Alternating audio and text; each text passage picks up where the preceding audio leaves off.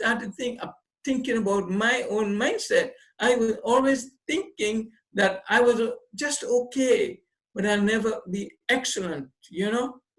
And that was like a big revelation to me. And then my mother told me, and I was sharing with her, and she said, son, aim for the skies. Because if you aim for the skies and you miss, you're going to fall on the clouds. And that's a soft, fluffy landing. But if you aim for the clouds and you miss, you're going to fall on the mountaintops, and that's going to hurt you, son. Wow. If you only aim for the mountaintops, you're going to fall, and you miss, you're going to fall on the ground, you're going to die. But Tania, since that day, I've always aimed for the skies. And I've had more fluffy landings. And it's amazing, you know, how, and you talk about positive vibes. I've learned to listen to positive vibes and delete the negative vibes. In my book, the second chapter talks about attitude. And I tell people, in every keyboard, there is a delete button. So what do you delete? What do you delete? You delete trash. You delete spam. You delete junk. You delete things you don't want. That's not helpful. That's, you know, viruses, you delete it. Similarly, you know, our mind is always going. And thoughts come to our mind that, I mean, we don't think before they come, the thought come. And sometimes I have to ask, where did that thought come from? Delete, delete. Get it out. Yeah. The faster I delete that button, the better for me. Because we know it's negative. We know if we continue thinking this way, it's going to hurt us and it's going to hurt the people around us. So hit the delete button early. So, Lincoln, how, and I totally agree with you, thoughts are so powerful. I sometimes struggle with them too. I have, you know, and sometimes I'm like, why am I so mean to myself? A thought would come in and say, you know, you're not smart enough, or you don't have that much experience, so why apply for that job? Or you're not good enough. I have a lot of those type of thoughts in my mind. And, you know, like you're saying, you know, you try to delete them, but how can you do that? How can you? Well, Tania, you know, that's a really great question, because chapter 3 in my book has to do with special. And you know these people, they go out of their way to make other people feel special. But before you can make anybody feel special, you got to know that you are special. So what is the corporate world, the marketing world doing today? They're telling the girls to be special. They got to be like Cindy Crawford, or they got to be like this other person, and their hair has to be a certain color, and they have to have a certain shape, kind of deal. And guess what?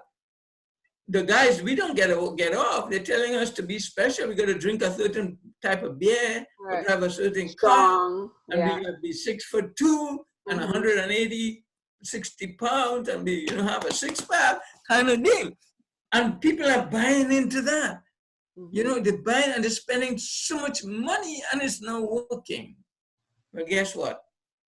There are only 2 reasons why every human being in this whole wide world should know that they are special. Reason number 1 is you were created. You were created in the image of the God Almighty.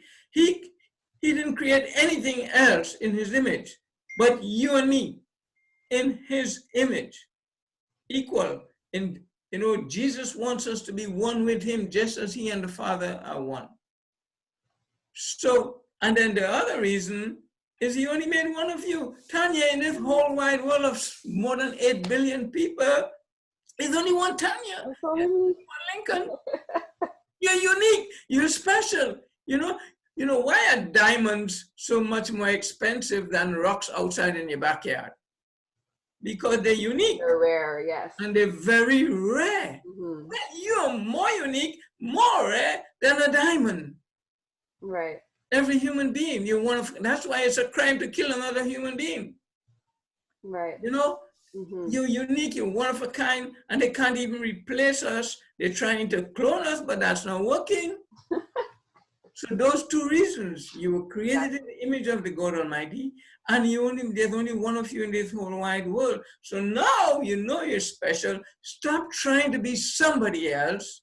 Stop comparing yourself. That's the mistake we all make. We want to be like Mike in the ad. Remember that ad? Be like Mike in Michael Jordan's heyday. But there's only one Michael Jordan.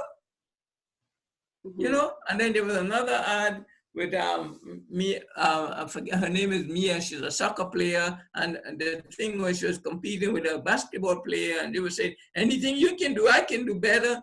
Oh, I remember that one, yes. Yeah, people got to stop comparing themselves with others and be the best that they were designed to be. And they also, you know, they rely on material things to feel whole in themselves. And I noticed, like, okay, when I get that car, you know, that Cadillac, I'm going to be the best. When I, and then once, and it's so funny because once they buy it, they realize, hey, oh, you know, now I want the next thing. It feels good for 2 weeks, 3 weeks, and then they want the next thing. And they're looking on the outside, look, what can I do? You know, my lashes done, my lips done, all these things. And then people will like me. Then people will hire me, you know, all of these things. But you know, they don't forget to look inwards and understand that your light and who you are is actually what is going to make people want to be around you, want to hire you, and nobody can take that away from you. Nobody can take who that you away are. from you. There's only one of every one of us in this whole world, and when we die, they can't even replace us. I never hired somebody because I liked their hair color. I hired them because I left that interview and they made me feel good. They, you know, they brought, you know, their love and their passion. And their passion. I could really see that they actually want to be there and not just want to be there because, oh, the pay is good or oh, the title, the job title is good, you know?